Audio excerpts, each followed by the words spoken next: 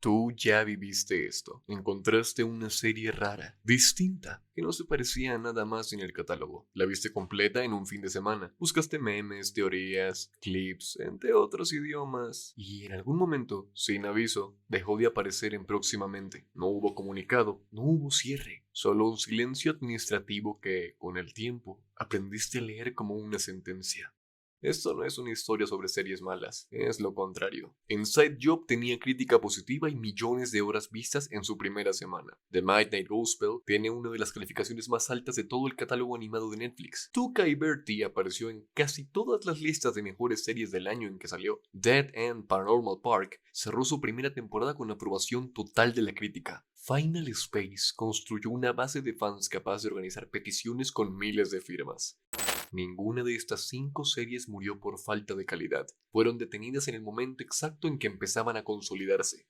Esa palabra, consolidarse, es la que vamos a diseccionar hoy, porque ahí está escondida la lógica real detrás de cómo Netflix trata la animación para adultos. No es que no funcione, es que funciona distinto a cómo la empresa necesita que funcione. Para entender dónde está esa línea invisible, hay que mirar los 5 casos en el orden real que ocurrieron. Cada cancelación explica una pieza distinta del mecanismo. Juntas, arman algo mucho más incómodo que cualquiera por separado. Mayo de 2019. Netflix estrena Tuca y Bertie, creada por Lisa Hannawalt, la misma diseñadora de personajes de BoJack Horseman. Sigue a 2 amigas de 30 años, una tucana impulsiva, una zorzal ansiosa, y hace algo que casi ninguna comedia animada para adultos había hecho: hablar de acoso laboral, sobriedad y ansiedad desde una perspectiva abiertamente femenina. 10 episodios, aprobación crítica del 98%. 10 semanas después, el 24 de julio de 2019, Hannah Walt anuncia en Twitter que no habrá segunda temporada. Netflix entrega un comunicado breve que describe la serie como entrañable y peculiar, sin mencionar una sola vez lo que más comentaban los fans, que era una de las pocas animaciones para adultos escritas, dibujadas y protagonizadas mayoritariamente por mujeres. Una petición junta más de 30.000 firmas en cuestión de días. Guionistas de otras series salen a criticar la decisión en público y queda flotando una comparación que Netflix nunca contesta. BoJack Horseman, con la misma diseñadora de personajes, ya iba por su 6ª temporada confirmada.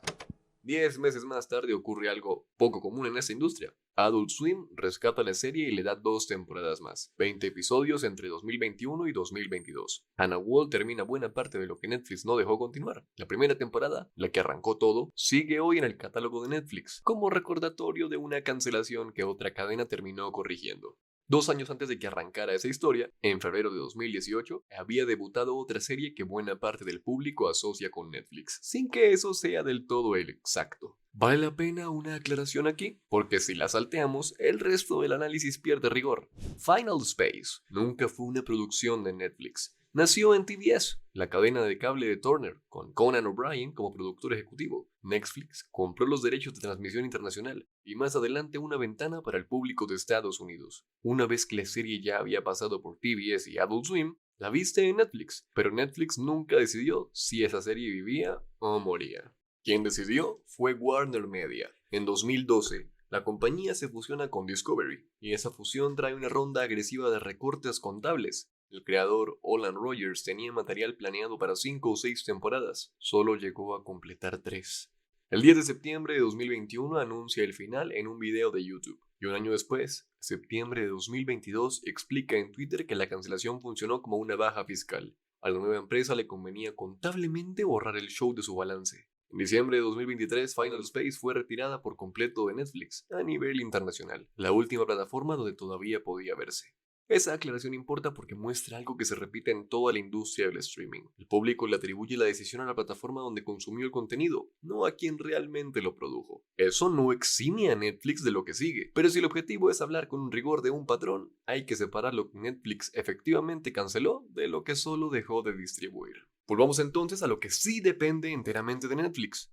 Abril de 2020, se estrena The Midnight Gospel, creada por Duncan Trussell junto a Pendleton Ward, el creador de Adventure Time. La premisa suena imposible de vender en una reunión ejecutiva. Un podcaster interdimensional entrevista a personajes extraños mientras su nave se desintegra, usando audio real del propio podcast de Trussell sobre budismo, muerte y filosofía. 8 episodios, animados íntegramente en Estados Unidos, algo poco común incluso en producciones de presupuesto alto. 91% entre la crítica, 88% entre el público. 2 años después, sin aviso previo, Trussell confirma en Twitter que no habrá segunda temporada. Netflix no emite comunicado propio. Meses tarde, en la Comic Con de San Diego, Trussell explica, sin rencor, según sus propias palabras, que la lógica de la plataforma es simple, buscan audiencia del tamaño de Stranger Things, y aunque Midnight Gospel tenía una base de fans sólida, no estaba ni de cerca a esa escala. La animación es cara, si el retorno compite y no lo hace en este costo, la ecuación no cierra, sin importar cuántas reseñas elogiosas junte.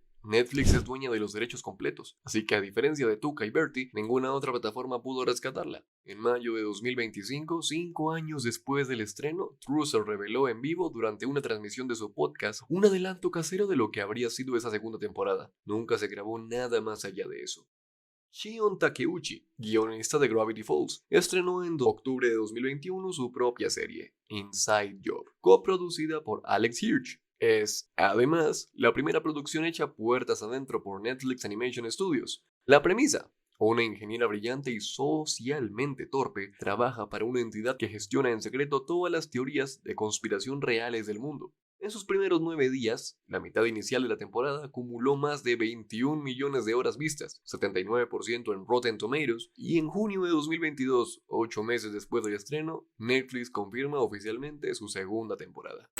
Y entonces pasa algo casi sin precedentes. La empresa se retracta. La segunda mitad de la primera temporada se estrenó el 18 de noviembre de 2022, completando 18 de los 20 episodios originalmente encargados. Poco después, sin explicación pública detallada, la renovación ya anunciada meses antes que se queda sin efecto. El 8 de enero de 2023, Takeuchi lo confirma en Twitter. La historia termina en un cliffhanger que ella describe como devastador. Lo deja sin resolver. En cuestión de horas, el hashtag de la serie supera las 50.000 menciones. Lo insólito es que Netflix cancele una serie con buenas cifras. Para 2023, eso ya era casi rutina. Lo insólito es que revierta una renovación que la propia empresa ya había hecho pública. Es la diferencia entre no proponer una segunda cita y proponerla, confirmarla y cancelarla la misma semana de la boda. 2 adolescentes y un perro parlante enfrentando fenómenos paranormales en un parque temático. Esa es la premisa de Dead End Paranormal Park, que Netflix estrena en junio de 2022 basada en la novela gráfica de su propio creador, Hamish Steele. Barney, uno de los protagonistas, es un chico trans, y Steele, también trans, trabajó con guiones revisados por GLAAD. Según el propio creador, Netflix nunca puso objeciones a esa representación. La primera temporada cierra con 100% en Rotten Tomatoes. En septiembre de ese año se confirma una segunda temporada estrenada en octubre. El 13 de enero de 2023, 5 días después del anuncio de Inside Job, Steele confirma en Twitter que la serie termina ahí. Cuenta que ya existían un cuarto de guionistas trabajando en una tercera temporada, con libretos y diseños listos para producir. La cancelación no tiene que ver con audiencia infantil. La serie pasó 10 días en el top 10 de contenido infantil de Estados Unidos, aunque nunca entró en el top 10 general de la plataforma. Ahí podría terminar la historia, pero no lo hace. No termina. El 29 de septiembre de 2025, 2 años y 8 meses después de la cancelación, la cuenta Lips of TikTok publica un clip de la escena donde Barney revela que es trans, acusando a Netflix de promover contenido transgénero para niños. La publicación supera los 26 millones de reproducciones. Elon Musk la comparte y pide públicamente cancelarle suscripciones a Netflix. Cancelen Netflix por la salud de sus hijos. Escribe: Zach Barak, el actor que dobla a Barney y que es trans en la vida real, responde públicamente que el personaje le ha salvado la vida a chicos que se lo escribieron directamente. Steele reporta haber recibido mensajes de odio, homofóbicos y antisemitas en las horas siguientes. Una serie cancelada hacía casi 3 años se convirtió, por unos días de 2025, en más noticia de la que fue durante toda su emisión original. Con estos 5 casos sobre la mesa, hay una frase que vale la pena escuchar completa, porque quien la dijo es, literalmente, la persona con más poder de decisión sobre qué se cancela en Netflix.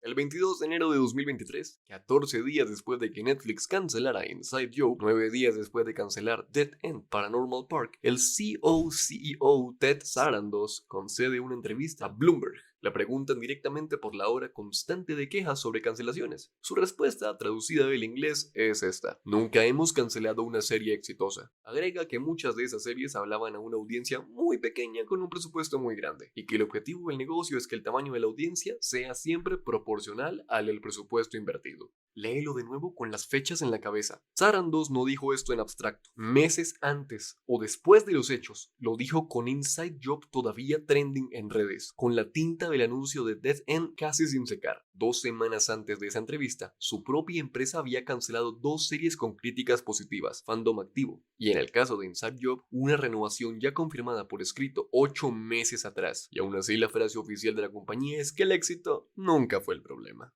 Esa contradicción no es un error de comunicación, es la clave para entender cómo Netflix define, puertas adentro, la palabra éxito, y por qué esa definición casi nunca coincide con la tuya. Para entender el mecanismo, hay que volver a esa frase de Sarandos: audiencia pequeña con presupuesto pequeño o audiencia grande con presupuesto grande. En términos prácticos, una serie animada no compite solo contra otras series animadas, compite contra su propio costo por hora de producción. Si esa inversión no genera un salto claro en horas vistas o en nuevas suscripciones, la cuenta no cierra, sin importar cuántos premios gane la crítica. Esa cuenta se volvió muchísimo más estricta a partir de un momento específico. Abril de 2022. Netflix reporta la pérdida de 200.000 suscriptores en el primer trimestre del año, la primera caída en más de una década. Al día siguiente, las acciones de la empresa caen 35% y borran más de $54 millones de capitalización de mercado en una sola jornada, la peor caída de un día en la historia de la compañía hasta entonces. A partir de ahí, cada división de contenido, incluida animación, entra en un modo de recorte que se extiende durante todo 2022 y buena parte de 2023. No es casualidad que The Midnight Gospel, Inside Job y Dead End reciban su golpe final exactamente en esa ventana. Lo que no cambió, ni antes ni después de esa crisis, es qué tipo de animación sí sobrevive. Big Mouth llegó a 8 temporadas y terminó en 2025 por decisión de sus propios creadores, no de Netflix, después de acumular más de 375 millones de reproducciones y ser vista en más de 50 millones de hogares junto a su spin-off. BoJack Horseman corrió 6 temporadas completas hasta su final planeado. La diferencia con Inside Job, Midnight Gospel, Tuca y Bertie y Dead End no es de calidad ni de intención, es de escala. Esas 2 series alcanzaron temprano el volumen masivo que las otras 4 nunca llegaron a tocar. Hay un patrón más reciente que confirma hacia dónde se mueve la balanza. A fines de 2025, Netflix canceló otras 3 series animadas: Exploding Kittens, Twilight of the Gods y el reboot de The Good Times, después de una sola temporada cada una. En simultáneo, anunció su próxima tanda de animaciones: adaptación de Tomb Raider, Devil May Cry, Splinter Cell y Minecraft. Todas franquicias ya conocidas, con público construido de antemano en otro medio, sobre todo videojuegos. La apuesta por una voz original y arriesgada, la que hizo posible Inside Job, Midnight Gospel o Dead End, se vuelve cada vez más rara. No porque el público la rechace, sino porque representa un riesgo financiero que una franquicia ya probada no representa. Esto no es un plan secreto contra la animación para adultos, es probablemente algo más simple y más incómodo. Un sistema que solo sabe medir un tipo de éxito, aplicado sin excepción a historias que nunca fueron diseñadas para caber en ese molde. Ese sistema tiene, además, un efecto colateral del que casi no se habla. Cambia cómo te relacionas vos, como espectador, con cualquier serie nueva. Cuando la mayoría de los casos de esta lista terminaron en una historia sin cerrar, aprendiste, quizás sin darte cuenta, a dudar antes de encariñarte. Ya es común escuchar en comentarios y en foros la misma recomendación entre fans de animación: esperar a que una serie de Netflix complete su recorrido antes de empezarla, por si acaso. Eso no lo inventó ningún crítico enojado, lo generó cancelación a cancelación la propia plataforma.